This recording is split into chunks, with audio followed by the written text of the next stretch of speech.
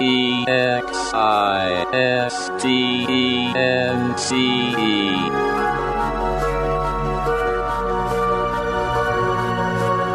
world filled with conflict, in a universe comprised of differences, there's one thing that absolutely everything shares in common. We all exist.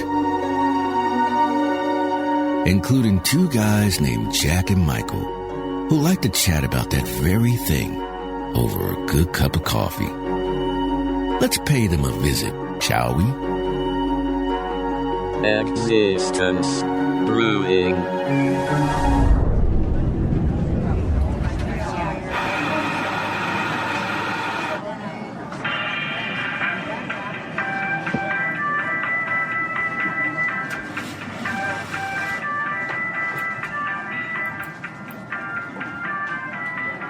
The smells of coffee. Isn't it funny how the smell of coffee can just completely transform you? You still can't get bugs here. Like, they won't put a couple dried scorpions in your latte still at this place. Yeah, you gotta Caitlin, get with the times. Need extra protein. I think that's where you and Caitlin got on the wrong foot, is because you were asking for scorpions, and I think she thought it was, I don't know, I think she misconstrued your question. Maybe she was having an off day. Okay. I don't blame her. A lot of people can have an off day when I walk through the door. It's suddenly an off day. So I understand that. The biggest problem I had was probably saying my name was Wizard when I met her. So people should probably know the origins of that. But I told you, didn't I? Did I mention that on the podcast? You did. Okay. Well, there but tell our friends. So we talked about me going to the barter fair before it happened. And then I think did I talk about it when we went this last time? They have two of them. Yeah, you did. You kind of gave us a preview and how you were going to be sans hallucinogenics and yeah. Okay. Well, it's kind of a whacked out deal. Lots of, I think the positive perspective, you could describe it as it's a lot of free spirits getting together. Yeah. But convening. There's also a hard and sweaty, unshowered reality to that as well, which is it's just a lot of the people are on something. Let's just put it that way. Yeah, the free spirit underbelly, as they like to say. Yeah, and you kind of wonder how many of them are actually free spirits to begin with, or they just sort of became, that was the term they used once they fell out of society because they started doing drugs a little too heavily. But anyway, again, trying to stay with the positive spirit of the festival, yeah. There was a fella who was completely whacked out on something, and he was at a nearby tent, and there was a vendor there named Caitlin. We didn't know this at the time, and the guy was crawling on his hands and knees. I didn't see this. I only overheard it. My girlfriend actually witnessed this, and he said his name was Wizard, and the woman was so friendly, but treated him very much like you would somebody that has special needs or children at a daycare, and just said, "Hi, Wizard. My name is Caitlin." There's some, when you hear certain things and it's just like, oh my God, that's the most hilarious thing I've ever heard. There was something about it, the tone, the names, the time, the place, everything just fell together, came together at the moment. And it was absolute just rollicking about that for days. We still will do it to each other 2 weeks, 3 weeks later. And it's fun. Yeah, it's good. Yeah. Wizard, Caitlin, Wizard.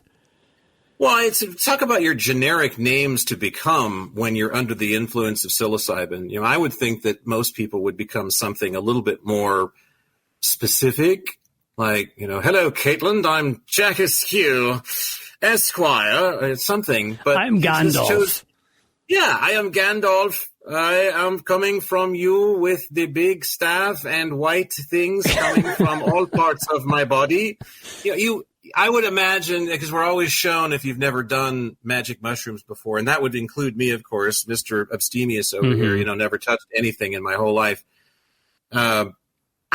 We get these grand visions that were shown of this is what happens to you. You have all these amazing, and it's just, so he chose the most generic term that he could for himself, which is just, I am wizard. And it's just like, hardly.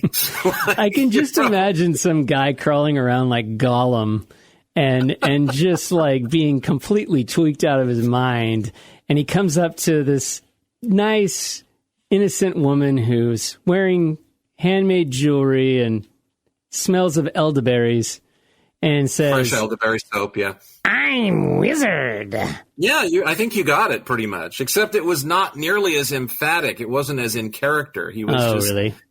I am wizard. And she's just like, hi, wizard. My name is Caitlin. It's just like, she got you. I mean, her name should never beat anybody's name unless it's like Tony or Steve, but she got you. She beat you today, wizard. That's like a better name. So it was just, yeah, that's an interesting place. I'll tell you what, I think I've always been highly empathetic, but I think that the vibrations have started to imbue much more readily over the last 5 to 10 years. Maybe there was something about COVID that triggered something, but these little awakenings that have been going on for years and years, like cornflakes crunching in my left ear, it makes me highly sensitive to people's energies and vibrations. And there's an issue with all large gatherings. I mean, we went to a wedding like the week before, I think, and there was almost 100 people. And so it doesn't matter. It doesn't have to be like a, Klan rally or something that anybody would have negative vibrations from. It's like any place where there's a lot of people. Right. I pick up on all of the vibrations, and no matter whether they're reveling and, it's frivolity and merriment going on, or whether it's drunkenness, or there's just something that I always have to deal with it no matter what, because the energies just bombard me and they overwhelm my empathetic system.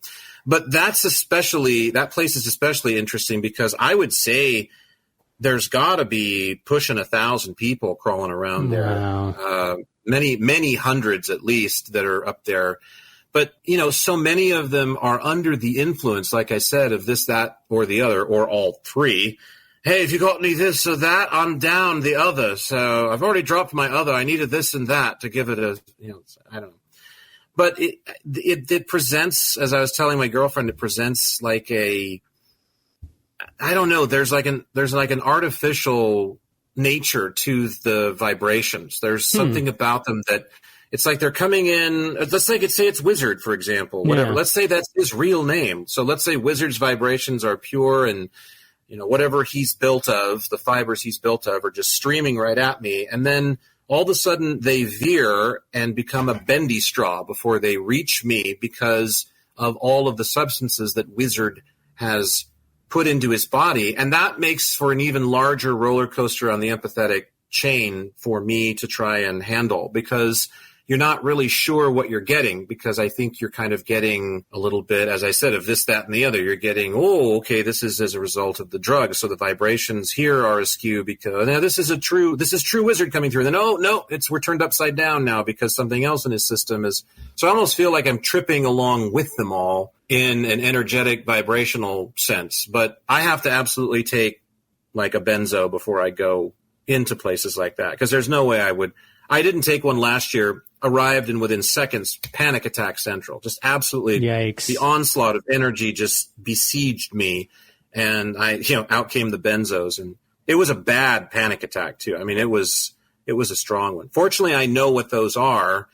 And so, I can at least talk myself out of needing an ambulance. But anybody that's ever had them, they know what I'm talking about. I mean, it was bad. But once the benzo kicked in, I'm fine. That's the nice thing about benzodiazepines. They work. I mean, at least they work for me. That's why I don't try to take as few of them as I can, because you can get into a dumbed down state really easy walking through life on those. And I understand why they guard those so cautiously now, why they're so vigilant about who gets this many and whatnot, because they are, addictive to the body. But anyway, I'm glad they're out there because they work for me. So, because I haven't found anything natural that's worked. Like, speaking of hemp oil and stuff, I've tried the THC oils and things the like remedies. that. Yeah. It's awful. And I know there's 4 trillion different strains of it you can try on all these tinctures. I don't have the money to try all that stuff. So the the occasions that I've had to try it, it has not agreed with my body. So yeah, I just stick with the Valium. It's $1.02. I literally pay $1 through my pharmacy and insurance company. And so it's just like 3 cheers for cheap Valium to bring me down.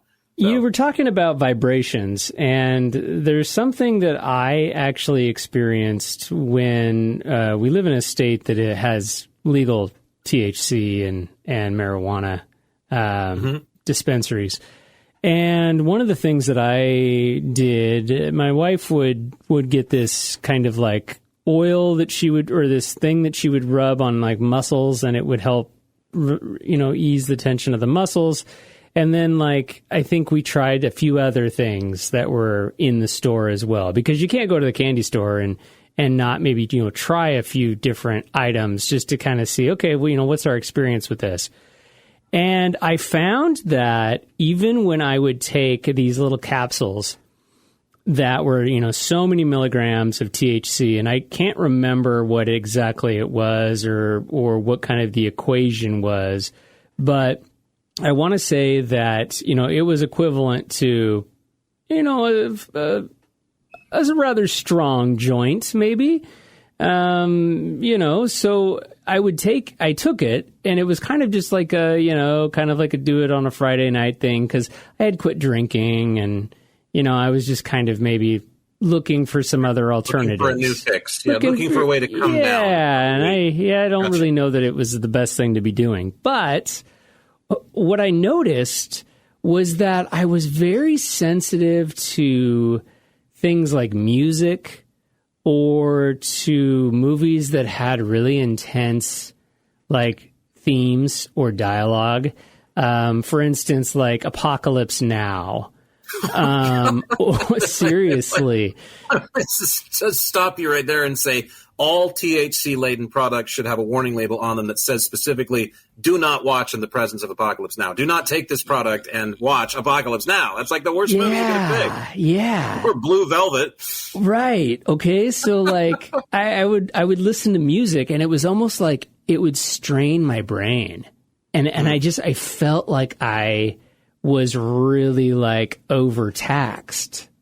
And it was the strangest thing. And somebody actually said to me that sometimes people can actually have, it doesn't really relax them, but it makes them more sensitive to their environment. And I had a tendency to maybe like zero in on certain things that normally I wouldn't, but then I would just kind of keep coming back to that. And maybe it was a cymbal, or maybe it was, the way that this drum was playing in the background, or I was also really into fusion jazz at the time. And so, I think Miles Davis probably had something to do with it as also well. On the warning label, no fusion jazz while under the influence of this product. God, you gave yourself a heck of a ride. Oh, yeah, it was interesting. I quit it, though, because it was like, this is probably not a good alternative to drinking alcohol. I would argue that fusion jazz and Apocalypse Now, under the influence of THC, is similar to taking Reagan from The Exorcist and plopping her into a room with Dave Ramsey. Oh, yeah. So it's just like you're literally talking about you're asking for Pandora's box to be opened in front of you and these things to come spewing out that could melt you. Well, you've been to my house and you've seen my music room, my listening room that I have. Impressive audio video setup. Yeah. So I would actually be listening to the fusion jazz record while actually watching Apocalypse Now or something on the big screen. And it was kind of, to me, it was like, oh my gosh, this is like an alternate universe that I'm injecting myself into. Yeah, that's probably how you open the gate to like the fifth dimension or something, or how you summon jinns from the other side as you actually watch Apocalypse Now with the sound down to fusion jazz. Yeah. That is quite something. I know I've probably gone on this rant. Anytime we talk THC and legal marijuana infused products, I cannot help but think about gummies. And I just can't tell you what a huge disliker I am of gummies. I don't mind original gummy, like Swedish Fish and gummy bears and gummy worms and even sour bright crawlers and Sour Patch Kids and all that stuff. That's fine. It was originally what it's intended to be. But this trend, and it started years ago, this thing where, I couldn't possibly swallow a pill without it being in gummy form. And just like, give me a fucking break. There are certain rites of passage to becoming a human being that's an adult in our society, in our world, just in general. We all love Willy Wonka. I love candy as much as the next guy and sweet things. I especially love the look of sweet things, things that appear candy coated or frosted. I'm into that sort of thing. But I still swallow my pills with a glass of water like a grown-up boy does. Yeah, because you're a real boy. My vitamins and minerals. I don't need – it's just like, well, I'm going to write you a prescription, Don, for that severed leg. We'll give you some OxyContin. Do you have that in a gummy form, Doc? It's like, fucking no, we don't, actually. Because you're going to need to learn how to swallow a pill that's the size of a button drop. I mean, come on, man. Well, and like, the other thing that I wonder about too is that the nice thing about pills is their rigidity also kind of helps them go down too, right? And so, one of the things that I think that you might run into is if somebody's on a certain amount of painkillers and they're ingesting gummies, they might like choke themselves if they're not careful. I hate this gummy bullshit that started some years ago. It's just,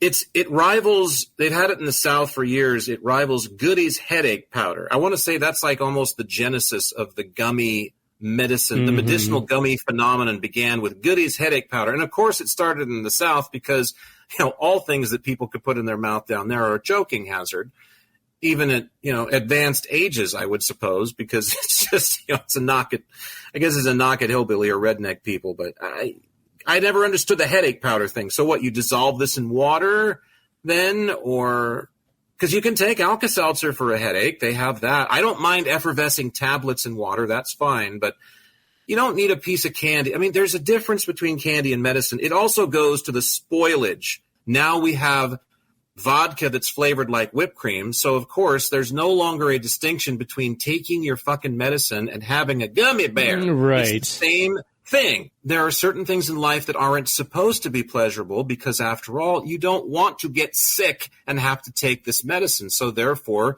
you shape the fuck up and don't eat so many gummy bears so that you don't get sick. Yeah, and now we go. have kids that are getting into the gummy this and the gummy that, where these things are legal and they're overdosing. We have that problem here in our state, and I've done stories about it and read stories about it in the news, where another kid got into a bag of pot gummies and was 4 or 5 years old and tripped out, and they were fine because marijuana, it tends to be it's not harmful in large doses. It leaves the system, but still, it's just like this wouldn't have happened if you would just smoke a joint or freebase or do whatever it is people do, with just be a grown-up. Take your drugs like an adult, for God's sakes, even your illicit ones. But seriously, they've got candy fentanyl now. You've seen it, right? That stuff that's the different colors. I haven't seen that, no. Yeah, they've got candy fentanyl started coming across the border. And I don't, hey, that stuff is absolutely lethal because it doesn't take very much to absolutely kill you. You're dead.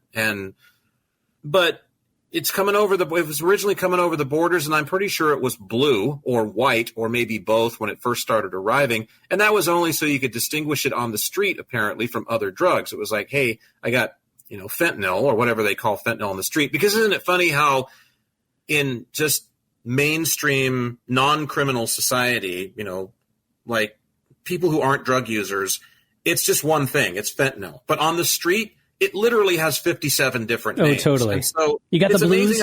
You got the blues, buddy? Even the branding that we are subjected to in just, again, non-criminal society, right. The underbelly is teeming with it just the same. So whatever they're called, they were blue. And then the next thing you know, same kind of stuff. It's the same stuff that'll get you high and possibly kill you, but it's candy colored. It's different pastel rainbow colors. Wow. Jesus. I mean, just Willy Wonka, it's got to be, I don't know whether he's dead or not, rolling over even before he's dead. in his grave. So Willy Wonka, the drug dealer. Well, the other thing that I thought was interesting too, circling back to our conversation about the visit to the dispensary, was who the marketing people who come up with all these different names for the different strains of marijuana, like Cupcake Explosion and See? Like Purple Crush and whatever happened to just like Maui Wowie or. This all reminds me of a time when I was on the beach in Panama City where I lived briefly some years ago.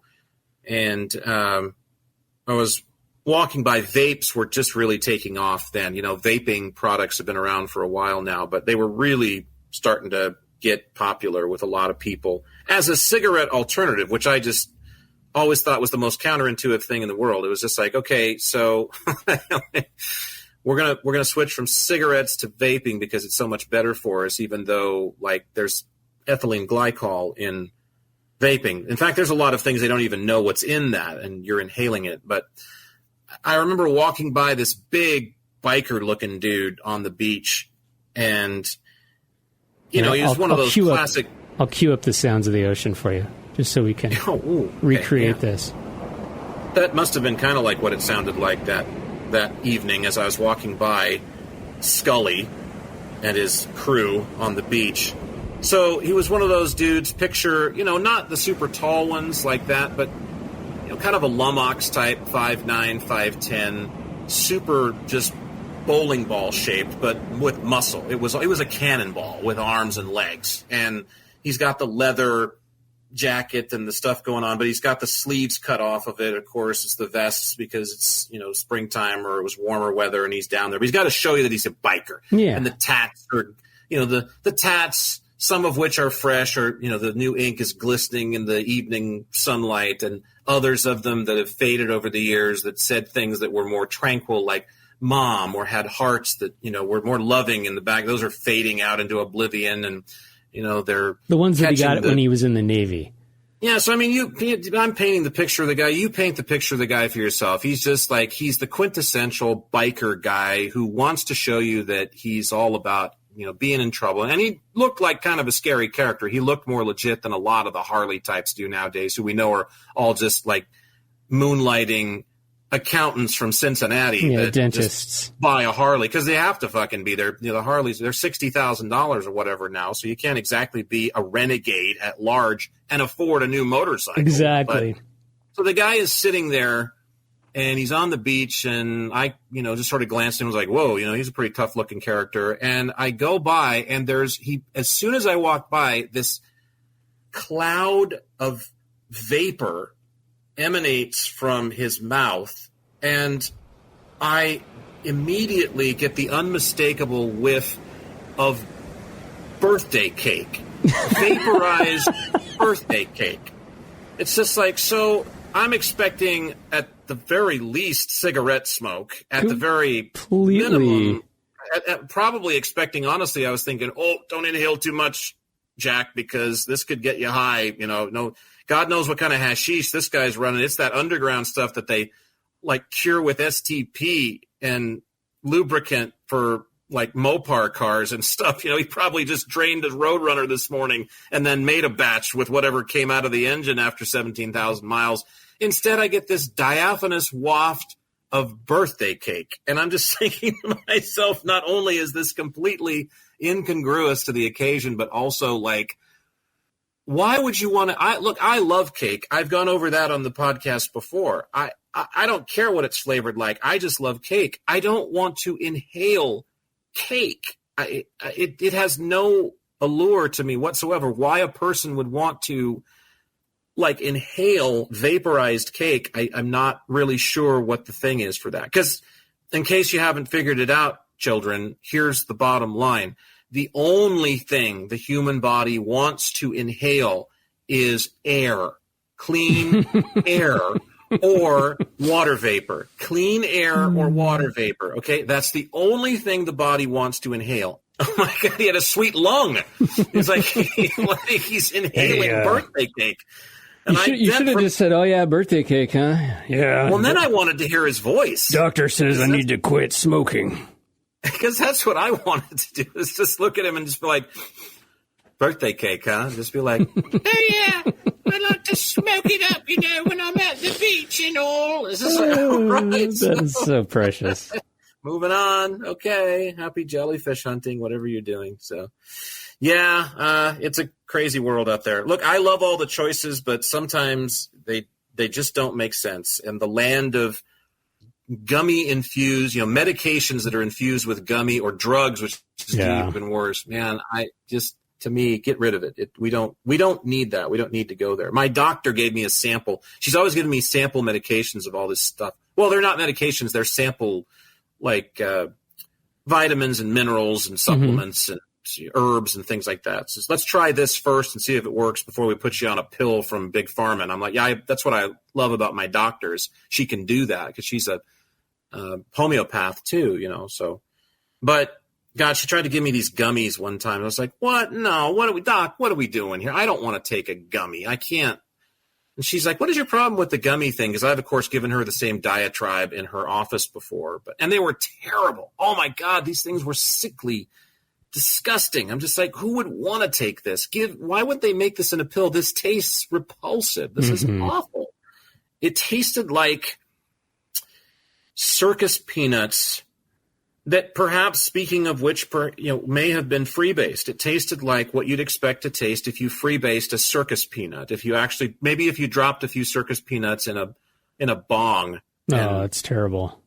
Oh God, it was awful. So no more gummy medications and vitamins and minerals and shit. Just they made Flintstones vitamins. That's my cap. Okay. Because those tasted terrible too. They really did. That might be our cricket idea. We were talking about the cricket a few weeks ago and how we could use the cricket to create our own T-shirts. And that might be another good idea that we'll have to jot down, which is a T-shirt that just says, keep drugs, drugs. I'm sure Wizard would like that. He's like, hey, it says drugs twice. Yeah. There you go. Yeah, it sure does, Wizard. You got it, Wiz man. You want to buy one? Maybe it just say keep drugs away from gummies. And we have like an animated gummy bear that's like going, no. Yeah, drugs aren't trying gummies. To get it or something. Yeah, drugs don't belong in gummies or something like that. Just say no to drugs and guns. Say yes to drugs, but no to drugs and gummies, for God's sake. That's the least you can do. That's good. At least pass on that. So even Nancy Reagan would stand up for that. So, well, you don't have to be on drugs to know that the world is a changing place. And the interest, the fascination that you have suddenly found yourself immersed in related to the subject of extraterrestrial beings potentially visiting planet Earth has taken on a new level. You're reading like crazy these days. I have been. And you wanted to give me a book report on Luis Elizondo's book. I have not read that book, but you had it in your hands for a few days and finished the whole thing. So I did. It's not a very long book. I want to say it's only like 250 pages. And do you remember the show Sightings? Yes. I was a huge fan of Sightings when I was a kid. And I want to say that I was probably maybe 7 or 8 years old. And it was kind of like if I remember it right, it was kind of like one of the shows that would air on one of the small cable networks. That it was kind of like the underground insight or Unsolved Mysteries. I mean, it was Unsolved Mysteries was kind of like the primetime stories. But if you really wanted to get into the weird stuff, you went to Sightings. That was the late nights. Yeah, that was the one that you set the recorder for, and I watched it the next day. But there was a strange fascination with UFOs. Of course, this was then kind of about the same time as X-Files came out. So I want to say that I've always been fascinated with UAPs, as they're called today. But I also believe that this is probably the first time I've ever purchased a book. I've ever purchased something that is beyond just watching on a TV show or seeing something on a website. So I've got a little bit of skin in the game now when it comes. You've taken the next step. I've taken the next step in the process. But we've been talking about the UAP hearing that's coming up in the U.S. House, and it's actually slated for November 13th on the calendar so far, and it's coming up a few weeks away. And they're going to actually have it. It's one of the first ones right after the presidential election. They believe that this is going to be kind of like maybe the first big blockbuster news story of the new administration. So Imminent by Lou Elizondo it's probably one of the best books I've ever seen on just the overall picture of the UFO UAP phenomena. And it talks a little bit about the history, more of like modern history of UFO sightings and the interplay that's gone on between the government and believers and some of the different, maybe cover-ups that have happened over the course of time. I really do want you to read it, though, because I every time they would bring up facts, and I've learned so much from you, Jack, that, every time they would bring up something, I was kind of like, well, geez, Jack must have already read this book because he's saying verbatim all of these things. And I know you've followed this for a really long time, but, they talk a little bit about the different phenomena that's been reported in different countries. I want to say, was it Brazil that had a pretty scary UAP? I want to say they were like lights that were causing people like bodily harm and burns, and that was kind of a pretty drastic phenomena. Not exactly the same as what we maybe have seen or heard here in the United States, but yeah, you'll recall in the movie Signs, which is about extraterrestrial visitation. I believe the video that's leaked in that, the fictitious video that's leaked in that of the alien beings that are seen, is from Brazil or a South American nation. There's been some, not just real close encounters with extraterrestrial craft there, but also some very startling stories and encounters with extraterrestrial or interdimensional beings in Brazil. So Brazil's a real hotbed for stories. Of course, it would be because it's an incredibly populous area. There's a lot of people in Brazil. I believe Brazil now has the most populated city in the world. I think it's taken over Calcutta or New Delhi for that distinction, and the cities in China. I was looking not too long ago at world populations, and my God, how they've just exploded in certain places. But anyway, yeah, it's any place where you've got larger concentrations of people. I think that's where you're more likely, because you got more people, I think, obviously, to experience these things. And to some people, that's counterintuitive because they feel like extraterrestrials should visit places where there aren't too many people so they can't be seen. But I think ETs are just doing what they do. And if somebody happens to see them, well, then someone happens to see them. Yeah. Yeah. Even though I do believe everything happens for a reason, of course, and that ties in with our cosmic friends too, but still. So Lou Elizondo's book, he approaches the subject matter from a government employee who was part of really government special ops and counterintelligence programs with the Pentagon.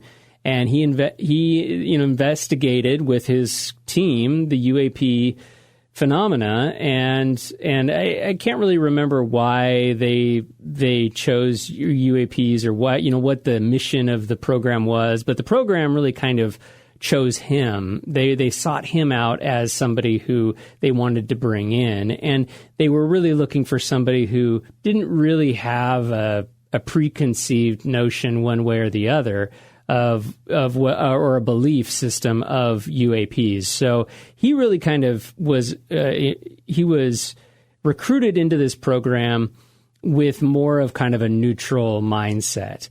And it's obvious that after he was exposed to some of the information that the Pentagon had in this program, that he's very much an adamant believer of the phenomenon. And not only of just what these things are, but I think his perspective comes from a perspective of, what we've said before, there's a perspective of national security.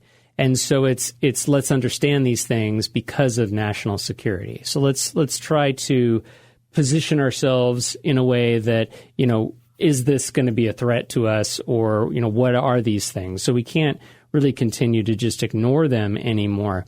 So the Tic Tac video actually came to the public sphere because of Lou Elizondo. Lou Elizondo was the one who actually leaked it to the public. And there was a big section of the book that really kind of went through the delicacies of, was this something that he could legally do? Was it not something he could do? And he just decided that, hey, this is information that somebody could obtain through a FOIA request. It's not classified information. Therefore, it needs to be in the public sphere. So he left the Pentagon shortly after this Tic Tac video was released. Obviously, the congressional hearing that we had in July of last year was a very big part of that, circled around the Tic Tac video and the former commanding officer, naval officer that was actually piloting one of the airplanes that was chasing after this thing. Also, David Grush then comes into the conversation, former National Reconnaissance Officer, representative. So you've got all these governmental people. You've got a former Navy pilot. You've got this counterintelligence guy in Lou Elizondo. And then you've got David Grush coming to the table, also former government. And I don't know to what degree they're going to have a role in the November 13th hearing. I've been told that they're actually withholding the information of who is going to be testifying because they don't want those people to be influenced by parties who may try to reach out to those people between now and then and try to change their testimony in any way, shape, or form. So it'll be interesting to see kind of what transpires because of this hearing. But I think that it was a timely read, and it will be something I think that we keep our eye on. I also read the Bob Lazar book because, as Amazon is so good at doing. You're on a roll. You're on a roll, right? You might as well, what's 200 pages? So then let's read another 200 pages. So Bob Lazar's book about Groom Lake and reverse engineering of alien technology. And, that book takes on a completely different theme, and I think that to me is, and then a few days ago, I actually started reading Whitley Strieber's Communion. After seeing the movie, I'm now reading the book. And that's probably the wrong order. I mean, you definitely think you should read the book before the movie. But yeah, no, I get it. Yeah, so I'm glad that I actually watched the movie because I saw the movie and then I was like, oh, well, maybe I need to check out Whitley Strieber as well. And I can't help but when I'm reading the dialogue, I can't help. You hear Christopher Walken. I hear Christopher Walken. That's what I was just about to say. That's why you want to make sure you read the book before you see the movie, because you can't not read the book. But it helps me. It helps me put into context the character that is Whitley Strieber. So it's almost like Christopher Walken reading The Cat in the Hat to you. It is, and maybe I'll have to pull out a reading from Communion and do it in my best. In my best Walken impersonation. But yeah, no, it's definitely there. But no, I think that, we've got 3 books that I've cracked into, and I know there's way more than that, but I really just kind of wanted to get a feel for some of the different perspectives that you have in this arena. And, that was something that I immediately kind of saw from these different perspectives was UFOs, UAPs, whatever they are definitely very personal to these people. They're very much a personal interaction, and they're very different. Whitley Strieber's experiences were far different from Lou Elizondo's experience, and different from Bob Lazar's experience. And these people, I think the underlining theme between some of these narratives is that these people get very much wrapped into, whether they know it at the time or not, they really, their lives can really be changed in some very impactful ways because of their experience with these UAPs. I don't know that they actually asked for it, but I think that they definitely, you can see where their lives kind of fall apart to some degree after they either go public with their story or they feel like, this information needs to be shared. So like in Lou's case, he lost his job. In Bob's case, he lost his job and his marriage fell apart. And, Whitley Strieber's case, well, he's a character in and of himself, but he definitely experienced a lot of psychological trauma from the thing that he experienced as well. But anyway, I will say that they're definitely all three different perspectives. I highly recommend all three of them for different reasons, but I think that the Lou Elizondo book, if somebody's looking to get up to speed with UAPs and kind of set their mind for the upcoming hearing that's going to be taking place on November 13th, I would definitely recommend reading Lou Elizondo's book, Imminent. But I think walking away from that book, I really have changed my perspective on what I'm anticipating from this November 13th hearing or from any governmental involvement when it comes to UAPs. We've talked about this before on the podcast, but I really kind of wonder, and I would ask anybody out there who follows these news stories or programs, what is it that you're really wanting the government to confirm or deny for you? And is that really something that they're ever going to be able to accomplish? To some degree, I kind of feel like it's, the parents and the child who have this really tough relationship, and really, the child just wants something from the parent, and the parent really just wants something from the child, and neither of those things maybe are realistic. You know what I mean? Yeah. So backing up to the ruination of lives, as you put it, by virtue of extraterrestrial contact or being involved with this subject. Again, I think we have to shift our perspective on what that means, because is a person's life really ruined because of these experiences, or is it completely altered and it's just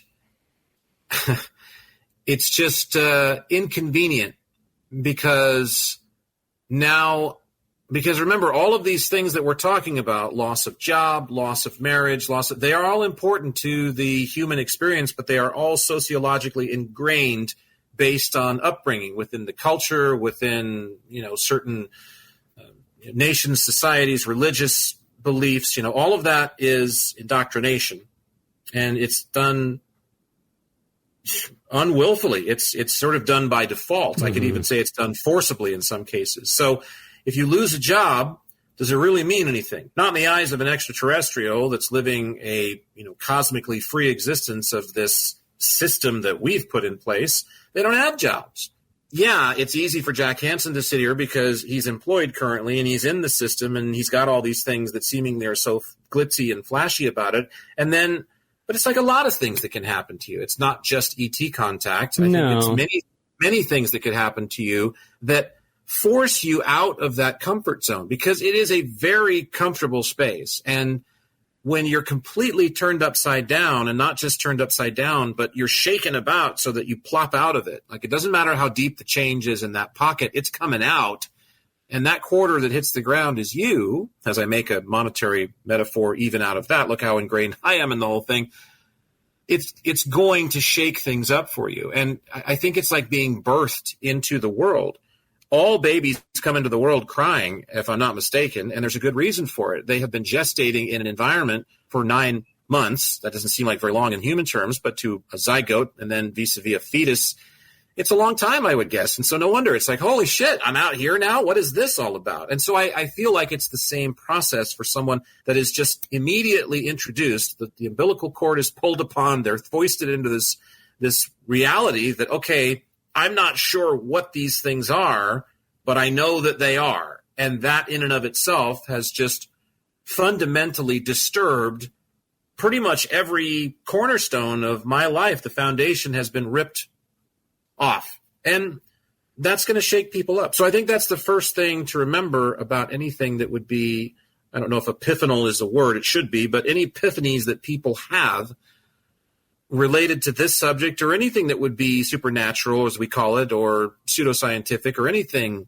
even religious experiences for that matter, you know, seeing Christ in a piece of toast, or, I mean, if you're the right person and that reaches out and does something to you, then those experiences can tumble you from those rigid markers that you have learned to stay within your whole life. And I don't think that's necessarily a bad thing. I think it may definitely be painful. I think there's no question it would interrupt the person's road because the road's already been laid out for you. You stay employed and you build retirement and wealth, and you do the best you can to stay healthy and try to not work as much as possible eventually. And, I mean, we're all kind of following the same path that we're given because we're given that path. But this shows you that there's a different way.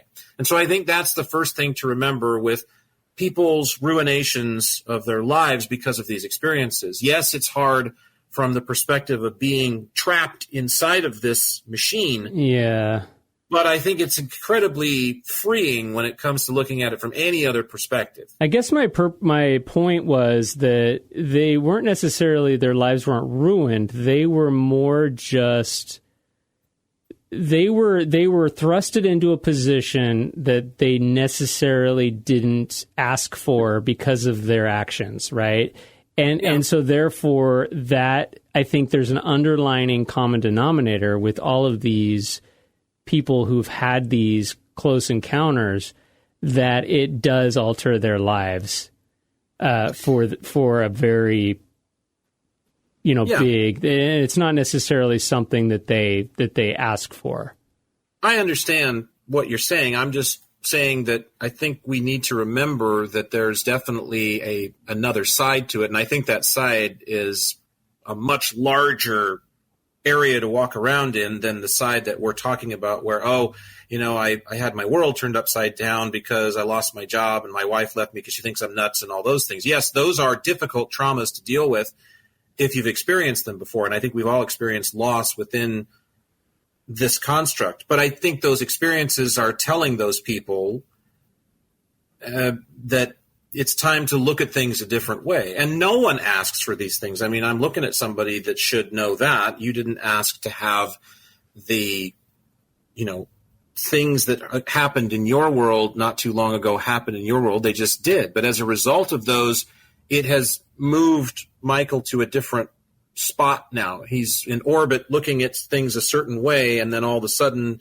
there's a zoom out or there's a shift in polarity. And now at least there's a recognition that there are other ways. It doesn't mean that you completely fall into, well, now I believe in this, or now I never believed in that before and now I do. It just means that now there's an awareness of those things. So there's more to gravitate to, and that's good. More, I think, in this instance is better. As far as, you alluded to it with the language you used perfectly, because you talked about what are people wanting, what are people expecting from some kind of government disclosure. And as you were discussing this impending, potential, this big story that's breaking and all this disclosure that's going on and all that, I'm thinking of the same thing, but I'm wanting to remind everyone, including the Luis Elizondos and the Bob Lazars and the Whitley Strebers, who are experiencers who are in some way attached to this, gigantic question, this massive question mark, are we alone? And these other things you get attached to it. But I think we all have to ask ourselves, what is it that we're wanting out of that fact at all? Not just what the government is going to tell us, because I don't think official narratives are ever a fortune cookie you break open and are happy with. I think it's just going to somebody's agenda. You're always going to get something told to you that will play to someone's agenda if you're getting it from an official source. Yeah. But you have to look in your heart space and basically make an assumption whether you believe in this phenomenon and what it could mean or not. Set up some possibilities for, okay, this is what's really going on. There are sentient beings that exist within the cosmos, and they have the ability to and have been the notion of individuality, because it's easier for them to follow the mainstream or follow the herd and just do what everybody else is doing. But everyone possesses that. So what does that mean to you? I think that's the question that more largely needs to be addressed. And then you can kind of work from the inside out rather than the outside in. This is what's being told to me, and so therefore this is how it's going to affect me internally. No, reverse it. Mm-hmm. How is the notion that these beings are real, no matter where they come from or what they want? Discard all that for now. We'll work with that later. You've got to just come to grips with the fact that this is a credible phenomenon. This exists in a way that is palpable, in a way that is tangible, in a way that is real. Mm-hmm. So because of that, what does that do to your heart space? What does that do to the notion of you individually? Meditate on it, and then worry about what the governments are saying and what everybody else is saying and what Luis Elizondo is saying in his books and Bob Lazar is writing and all that. I think these are great sources for information because you're getting a little piece here and a little bit there of what people have experienced. But I would always caution people that this is not like picking up a science journal about iguanas on, on the coast of Ecuador, off of Galapagos. Well, let's use that analogy as an example, like iguanas. And I think that what we're doing is we're witnessing in real time this paradigm shift that the public has of the United States government. I think from the American perspective. Now, there are a lot of people for years and years who've never believed what the government has said, and ever since they were 20 years old and didn't want to go to Vietnam, they just decided that the government was full of shit, and that's the way it is, right?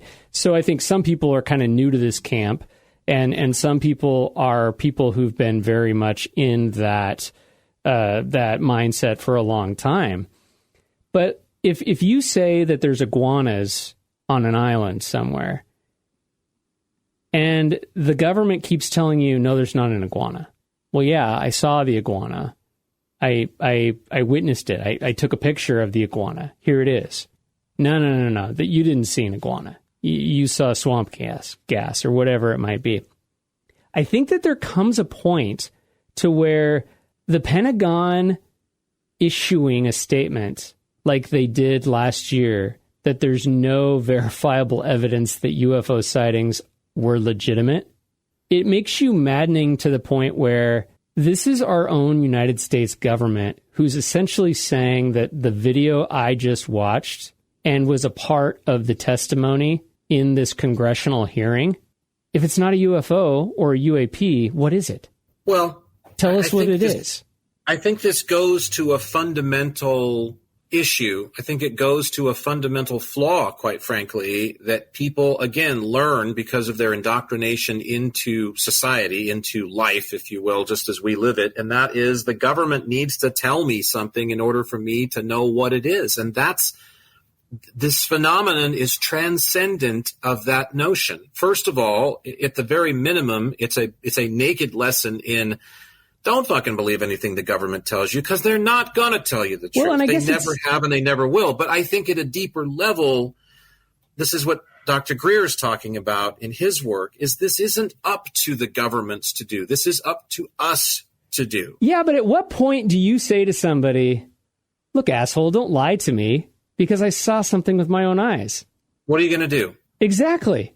I mean, what are you going to do? Not pay your taxes? along with mendacity and along with, killing women and children for the sake of profit. And the government specializes in denial. Well, it's one of the three prongs on its crown. It's one of the big. Make the Beast of Babylon reference if you want to, with the 7 heads and 10 horns. It's one of the top shining crowns on that head. Well, is yes, the ability to deny. So basically, regardless of what they tell me, when they tell me, fuck them anyway. I'm going to. And this is look, whether you like Dr. Greer or not, whether you believe him or not, I know somebody who has I don't think they have really any recollections. They don't know about his work. There's somebody that I'm connected to now that has a family member that has already been doing this for a long time. Yeah. Reaching out and attempting to make contact with whatever this phenomenon is, because there's a notion, there's a feeling, there's an inclination that this is an intelligence that wants to communicate with me, and I am interested in that. That is the root that needs to be there. There has to be an interest in you putting down the Red Bull and and the crack pipe and wanting to actually communicate and reach across the universe. They are right there if you are interested. But there are so many things that slow us down from wanting to do that because we're distracted with other things. And I'm not saying there aren't other things that are important in life or can't be, but I would think this should rise above quite a few other things that you're doing. And you'd want to spend a little time, at least in contemplation of what it means to you, if not sitting in the backyard or going up somewhere in the darkness or someplace where you can reach out and say hello and maybe get some kind of return, some kind of a requital from across the universe, cosmos. Because it's more than possible. So, this thing with the government, I think, again, we always have to keep in the back of our minds. This is playtime when it comes to them. We cannot rely on them or the governments of the world in general to ever tell us the truth when it comes to the official narrative. The official narrative will always be spun so that someone benefits, or a certain set of someone's benefit. And remember, the number one concern of any government anywhere, and you can't tell me this, have you ever had an ant farm? I never did, but if you've had an ant farm, or if you've ever played some of these simulation games they have where you start societies, where you start, little like developments of people or camps of people. They have these simulation games now where you can do that. Or if you've ever done any of these exercises in civics class, or the number one goal, objective, every single second of every day for every government, doesn't matter how it can be defined, whether it's Pyongyang or whether it's communist China or whether it's the free world as we call it, is to control its citizens, is to control the masses. And it's fundamental, because it's not just to control them, it's to control them from getting out of just that control, because people together are dangerous. It's a powder keg. They have to control the people. And so it's always going to be that. I agree 100% with you. And that's what makes this so maddening, is that I think that this is a new concept. And I think that this idea that the U.S. government is not going to be leading the charge in any kind of communication with other species that might be visiting Earth, it's really going to be the opposite. It's going to be from the people up. Now, at what point does the U.S. government, though, go, okay, well, we've spent how many trillions of dollars of these people's money, and now they're communicating directly with whatever this phenomenon is, and we've been denying that it ever existed. At what point do they come clean and go, okay, now we need to get on a different level, because this isn't going to, like you said, it's a powder keg. It's not going to end well for us if the Klingons show up and say, okay, these guys are fucked. You guys want to go with us to 76532? Be our guest. Well, there's a Chicken Little aspect to it as well. Yeah. Because when you get lied to often enough, and boy, have the people of the United States been lied to. We expect it now. Yeah. I mean, it's literally just the expectation is mendacity. And you can see it in this elections game that we play out. We're still messing around our politics with that thing right now. Yeah. The level of trust is so eroded. It's so in disrepair. It's so dilapidated that there's really nothing to grab onto. You don't, and now with AI entering the picture with these deep fakes, and now we have this sort of thing where people can fake someone's voice or fake someone's. I mean, it gets into a premise of it's omnipresent artificiality. Everything is manufactured, and I think that plays into it. But when you constantly lie to the people that are depending on you to tell them something, eventually this will happen. And so this very well could just be a natural side effect of why it's getting to be time, because it has to be what I just said. Not that I'm right. It's just that at least there's a portion of something that maybe I tried to instill there that is accurate, that it does have to come from every single individual living being on the planet and not from some fictitious entity that holds governance over them. Because, again, remember, at the end of the day, the President of the United States is a title. It is nothing more. It is a title that we bestow. It is a power that we give to one person. It's not real. And neither is the country that is supposed to be governed by this person or the people. All of these things are not real, folks. They're not real. And you can argue with me and say, well, how'd you like, throw your ass in jail. It's going to be real then. Well, the experience of being incarcerated would be real enough, but none of the things that would land me there would be honestly real in a universal sense. They would be made up by human beings. It's a game that we're playing. Yeah. And I think that's part of, one last thing, then I think that's part of the awakening process in all facets, whether it's a spiritual awakening or an awakening to this phenomenon, which I don't think are too far separated, by the way. I think they all play hand in hand. That's part of what's the hard cheese about that, is you become aware of the fact that what you have been doing is a fugazi. It's fakery. It's phony. Yeah. All of it's made up. And it makes you feel like shit. It makes you feel bad initially when you say, God, this fucking game that I've spent this precious existence playing has all been a lie. It's all been made up. That hurts. That's hard to swallow. That's one you want a gummy for, right? You want something a little sweeter to wash that one down with. But the fact of the matter is, it just is what it is. That's the case. And you wake up when you're supposed to, and we all do that in our own way. And so it's a process that is completely natural. It's expected. Everything is on time. The train's pulling into the station exactly when it should be.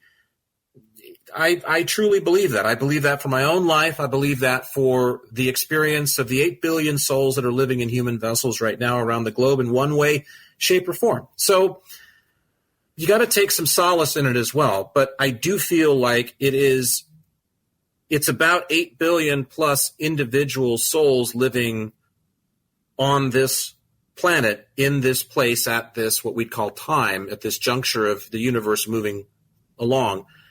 It's about that. It's not about one government or another finally breaking the silence and being the ones that lift the cloche off of this whole secrecy.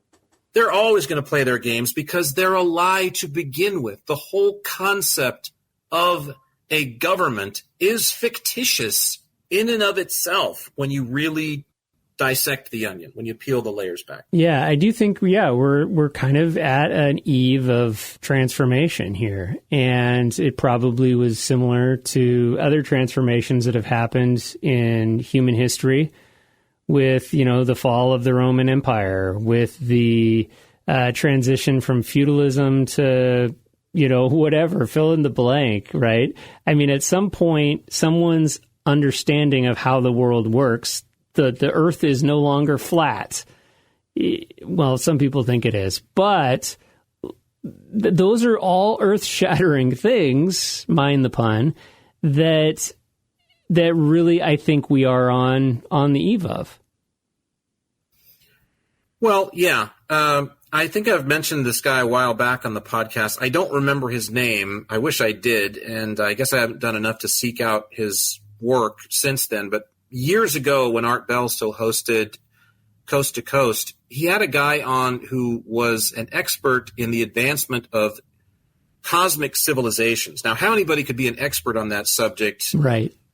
We don't have the means to study them. I want to see his credentials. Yeah. So, of course, all of this work was speculative, just based on what we know about human beings. But the work itself was fascinating, and he had determined that there was a scale that sentient beings arrive at when sentience occurs. Again, that's a mysterious pomegranate that we still don't understand, is where does this consciousness come in? Because that definitely would seem to be at least the separator between, the awareness of your existence and the just animal instincts of being alive or being what we call biologically vital as any kind of thing. There's a massive difference there. So that remains to be seen. But once we reach this sentience, whatever that is, however we get there, whatever beings get there, his philosophy, I guess, or his scale was that, and it was a very short scale. I think it was 0 to 3. This is what happens to those groups of people or those groups of beings that get to experience sentience. And very few civilizations as a whole never get off of a 0. They don't make it, in his opinion. It was kind of bad news for us because we are definitely at a 0. And I remember at the time he said we were in a phase of that 0 that was all about Hollywood and glitz and glamour. Things were all, we were in a phase where we admired things that were unattainable to most, and that we were sort of stuck in this dreamy phase where we're very hardwired to the physical as well. And then the other stages, if you can get out of being a 0, as I recall, and just get to a 1, if you can get to a level 1, you have a much greater chance then of sticking around for a while and advancing to a 2 and 3. And those were much higher levels of existence in his mind. It was very fascinating. And I'm sure the curve is very steep in terms of once you start evolving He said 80% of the civilizations that arise, the beings that achieve sentience, they never get off of a 0 and they die off. Their species are gone because they kill each other, or they figure out a way to blow each other up or blow themselves up, or something happens. They just don't make it. Mm-hmm. And about 10 to 12% made level 1 and were doing their best to get to a 2. And there were about 5 or 6% of the remaining equation that was a 2. And then the master level existers, if you would, the ones that have truly arrived and will, I guess, always be for as long as this thing is moving on. There was that constituted 1 to 2% of the sentient beings that were out there. And, sentience for the unindoctrinated is the term that refers to a being's ability to be self-aware. It knows that it is alive. And I'm still not convinced that protozoa and pussycats and barred owls and narwhals and everything else that is out there doesn't also in some way know what it is and that it's alive. Moreover than just I'm aware that I'm here and that I'm alive and I can ask questions like, what does this mean? And it's not purely instinctual for me to go out and kill rabbits and eat their flesh and then just move on to, just do the basics of staying biologically vital. I'm also aware, therefore, of my own demise. I'm aware of the fact that I'm on a timer here, that I will die, that I have an expiration within this experience, of course. So that's the plateau of sentience. And it's been called both a gift and a curse by philosophers for thousands of years, because that seems to be the price that we are paying for that. They really think that it was a quince Actually, I think now most scholars, they argue over that damn fruit. Right. It was an apple for the longest time, and they were like, no, there were no damn apples down there. Yeah. The Fertile Crescent, it was a quince is what it was. So anyway, whatever He's referring to the Garden of Eden and the exile from the Garden of Eden, in case you guys weren't following that. But that creation myth has many tendrils, and it goes back to Sumerian society that predates the Western Bible, where that story is recounted. Mm-hmm. And there are also very similar accounts of that story in other parts of the world. The creation myth is very similar everywhere. And it is, whether it's the biting of a fruit or whether it's the, running into somebody while you're out trying to spear a buffalo, and there's, an entity that comes out from behind a tree and just says, hey, I'd like to talk to you for a second. Whatever it may be, there's a grand epiphany that, hey, I'm this thing we call alive, and I'm aware of it. And because I'm aware of it, I have this thing called self, but I also now have been doomed to know that this self will not last. What's going on? And that's basically what we do every day. But instead of doing that every day, we teach our kids to hate philosophy, because I was just looking that up in a writing exercise. I needed something. I was like, what's a course that kids hate to take in college? And I look it up. Number one, by far, top list, philosophy. I mean, I just about retched. It's just like, oh my God, that should be first on the list for things that. So the contemplation of your existence and what it means is the least important and interesting thing to you that you could do within institutional learning. I think that says something about institutional learning that we need to change. It was like me, I think I told you about this too, sitting on that plane going up to Barrow, Alaska. And most of the folks who will board an aircraft with you, as I found out, to go from Anchorage to Barrow are employed in some way, shape, or form with the oil industry at said Genesis, the beginning of the pipeline up there. And I'm sitting next to this woman. She was actually going to Barrow that day because it was the summer solstice, and the native people have a huge festival up there that I was a part of. I'll tell you that story. Yeah, no, you told us that in another episode. I think it was a few episodes ago. I mentioned the muktuk and all that kind of stuff. Okay, good. So, but I'm sitting on the plane next to this woman. She works up there, and she says, yeah, my husband works up here too. And I'm just making casual conversation with another person like I often do, especially on a plane, because I hate flying. It scares me to death, and it helps me to talk to other people. So I just turned to her out of the blue and said, so how long do they say it's going to last? And she looked at me and said, what? With this really quizzical scowl. And I said, the oil. How much longer does it have? I know that, they're counting down. I said, the last I heard, it was going to be good until 2045, 2050, right in there. And she looked at me with half a gasp and just said, well, never. And I was just like, oh, sweetheart, no. It's a natural resource, and we've been depleting it like the most voracious behemoth hummingbird at a fountain of flowers for years. I'd hate to be at her house on the day she finds out that it did run out, or there is a time frame, and that's exactly what I'm talking about when you start looking at these Renaissance and these areas of change in human belief or human society. That's exactly what we're coming to at some point. So I guess to kind of put a bow on the UAP conversation, and obviously it's going to be something that we're going to keep our eyes on. I think we're right, but I often think that Jack Hansen is correct. So I would say, my big question going into this and still coming out of this is why now?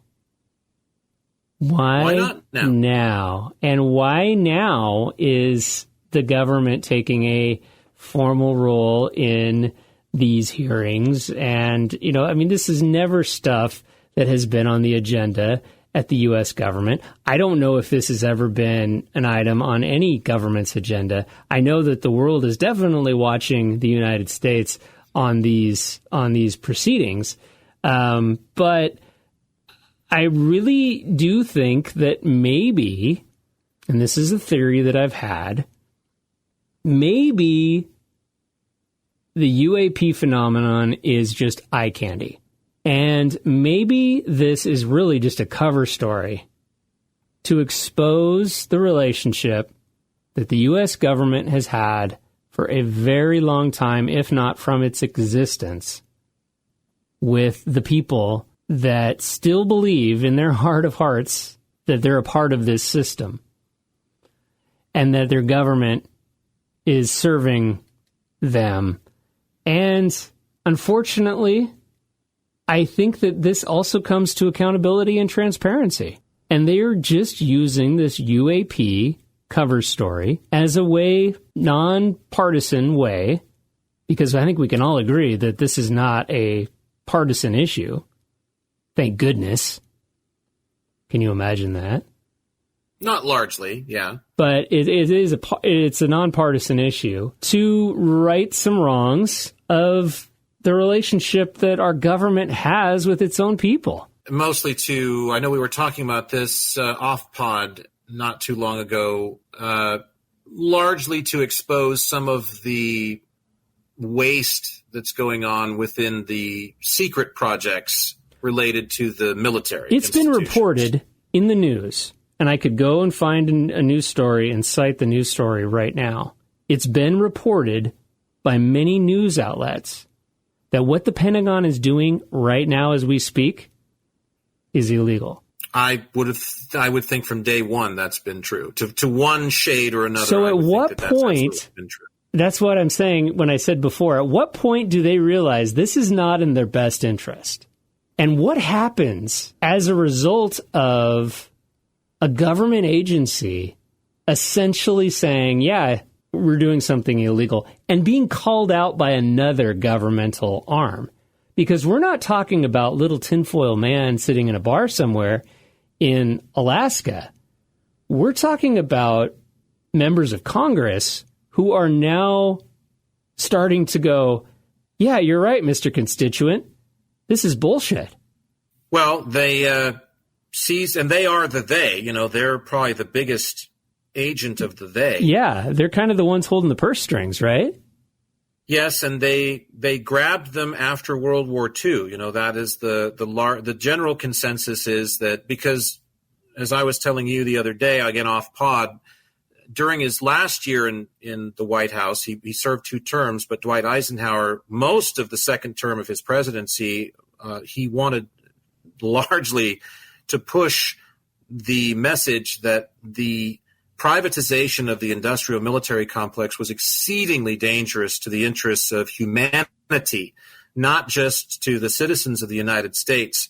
And he was correct about that. And so we're seeing the ramifications of his warnings many decades later after things have gotten vastly out of control, because one of the things that happens when something is super double secret probation, cryptic, black ops, 5th level classification, all this. Like the Manhattan Project was, yeah. Well, is it spirals into a crypticism that it belongs to itself. No one truly governs some of these projects, from what I understand. And that makes sense given the nature of human secrecy and how, again, imagine the web of lies they spin for us in the open. Imagine the web of lies that's going on within a covert operation like that, where distrust is the name of the game.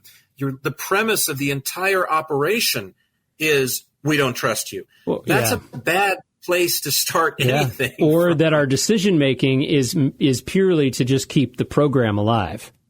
So keep the funding coming so that we can all have jobs, essentially, is what it comes down to.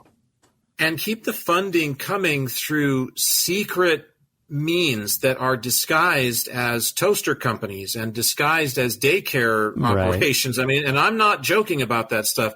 Those are the kinds of things that have been put in place so that all of this illusory trails, these trillions and trillions of dollars, because we're talking about probably even more than that now, they get funneled into these super secret projects that are all cloached in the name of national security. But the secret state has become rogue all to itself. It's almost like the internet. It's developing a pulse that it's its own. And there are some of these projects oversee or are supposed to oversee, at least they include very dangerous items, very dangerous weaponry, very dangerous research. And someone needs to be accountable for what goes on. It's not a famous story, of course, because it deals with Groom Lake, but you may recall there was a group of military wives and survivors who sued the U.S. government because they're mostly men who worked out there. There may have been some women, but I think it was mostly men, so it was spouses who got together. But there was workers at Groom Lake, Area 51, that were told to go out and dig a massive trench and discard all of these volatile chemicals within said trench and then light them on fire to dispose of their existence ever having been, and then just pile it over, plow it over. The inhalation of these chemicals created cancers and other serious terminal illnesses within these men within the course of less than a decade. And all of the women knew that their husbands worked at this base, and all of them came up with similar symptoms within a similar time frame.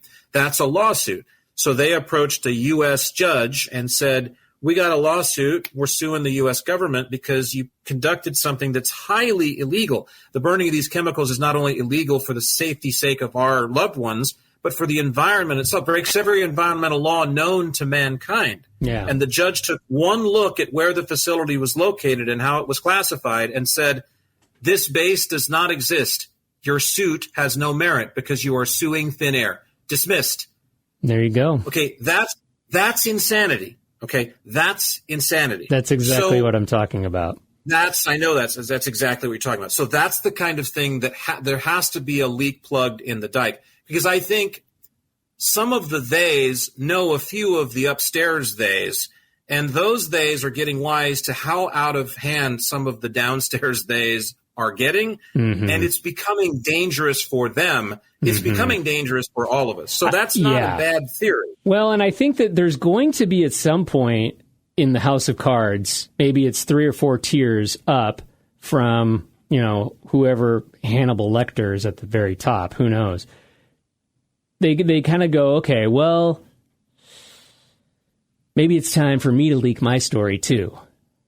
Maybe it's time for me to claim whistleblower status. And at what point does this House of Cards start falling down? Because there's different norms that are being taught to our children. There's different things that this system has created as a byproduct of what it is, right, wrong, or indifferent. And I think this also reminds me of the WikiLeaks. Remember WikiLeaks? And how it was almost like, whoa, can they do that? Can they release that information? Well, they just did. And what was his name? Julian Assange? Yeah. Who then later on they pinned some sex crime on him, and he became target number 1. But he stayed for how many months in that foreign diplomat or that foreign embassy seeking asylum, or it was just this total. And he would stand outside the window and read proclamations, but he was on sovereign soil, and nobody could take him away to jail. But it kind of reminds me of that, where it's you've got this whole new group of Americans who are now running the show, and they have a different viewpoint of what's right and what's wrong. And I don't know that the government can still hide behind the same facade that it did during my grandfather's era, where we just be quiet and the government knows what's right for us. Well, I think to make a computer metaphor out of this, I think that's the hardware. Those are the moving parts that we see in front of the scene. But I also think there's a software. I think that there is, the glue of what binds all of this together and makes it possible is, for lack of a better term, spiritual energy. It's something that we can't identify, but it's the mysterious agent that keeps all of us going and maybe makes some of us leave. But it keeps this whole machine moving along. And so I also feel like there is an acute, intuitive knowledge that is beginning to filter through the mainstream, and it shows up in different ways. Everything from, you know what, I mean, the biggest terrible eater decides to put down something that's bad for his body because there's just an alarm bell that goes off, all the way to, you know, the grandest of epiphanies that has people moving out into the country and leaving this life behind and not relying on material things and planting their own vegetables and getting back to, you know, that sort of a lifestyle. It takes on many forms, but there is a zephyr that is blowing through all of us at that level of consciousness, at that level of spiritual connectedness, that knows that the road we're on is not sustainable. And that goes for all corners of the world, in particular the Occidental world. The Western society simply, the march must not only slow, it must stop, because it's not sustainable the way that we're living. And I truly believe that that's a part of this process as well. It's the larger overlapping part. It's underneath. So again, it's not as fun and it's not as able to be, you can't run the analytics on it like you can the nuts and bolts of, well, what's this government going to do and why are they making this move? But that trade wind is definitely blowing all the while, and it's manipulating the outcomes of these circumstances. It's moving and driving. Even though Stephen Greer thinks Luis Elizondo is a shill, it's still moving and driving him to do what he's doing, just the same as it's moving Dr. Greer, myself, you to do this podcast, and everybody else in between, the 8 billion souls that are here doing this. So, you know, existence is important, and there's no reason for us, and certainly the earth, to be hurting. I mean, there's plenty for all of us here. We just have to sort through how that happens for all of us. And we will, you know, to one degree or another, I think we will. And I also don't think we're at a point of having to worry about whether it matters whether we make it to that level 1 civilization or not. We just need to do the best we can to get a grip on some of the bullshit that we've learned and shake free of that. So maybe that's part of this process too, because after all, we all love a whistleblower, right? I mean, anybody that comes out against the government and says, you know, hey, they did this to me, or they said this and they're doing this behind, we love that shit, because we know that the enemy is the state. We know that the enemy is this thing that, there's all these people involved in it, but it becomes its own giant. It becomes its own ogre after a while. It has a life of its own. And that's what government does. So even though we could point at figureheads and say, look, he's standing in one eye socket and there's one of them in the mouth that's making up the teeth, the bully on the block has been created just by our creating it. And that's part of the step down, is this end to this over governance of humanity in all sectors of the world. Because it's all done to sell us stuff. That's the big thing that that's always that chord that Jack Hansen harps, but it's fucking true. They want to sell us. They want to make us think that we're not going to be happy without all this shit. And then we have to jump through all these hoops in order to get it. And we waste our time and energy doing that. And that's what has to stop, just in a real tiny nutshell. Yeah, and I think that's the pillar when they're talking about what is our role in the universe. And that's exactly what they're referring to. And the earth-shattering realization that we're all going to be coming to. I would argue our first role in the universe will always be the same. It's to be. It's to exist at all, because that's magnificent. I mean, to be at all, anywhere, anything is phenomenal. It's a miracle. But then from there, once sentience is achieved and the ability to be joyful in the fact that you do exist comes to light, then there is an onus to help to manipulate the propagation of this miracle, because you have a part in that. We're all seeds that can create the most wondrous things, and we're allowing ourselves to be oppressed now, and have been for a while. So it's time to get out from under that thumb. But we have to be willing to go down with the ship too. We have to be willing to be squashed by that same thumb to say, I don't want this, because that's going to happen to a lot of us as this experience goes on, I think, here, and we get out from under said thumb. You know, we've created a beast, and we all have to wield something against it. We all have to play our part in that.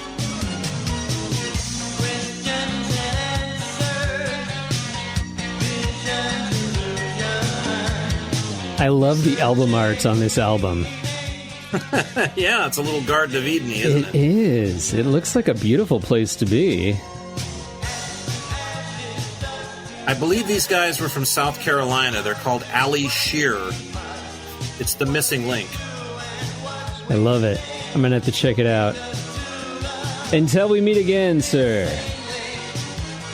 Okay, may disclosure not come until then. We gotta have to talk about it again.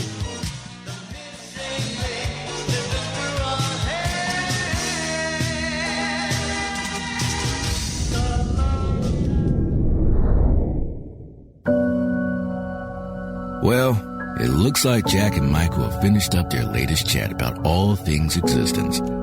But if anything they said got your own existence brewing, be sure and catch their other talks at existencebrewing.com and drop them an email to share your thoughts using contact@existencebrewing.com. Existence Brewing.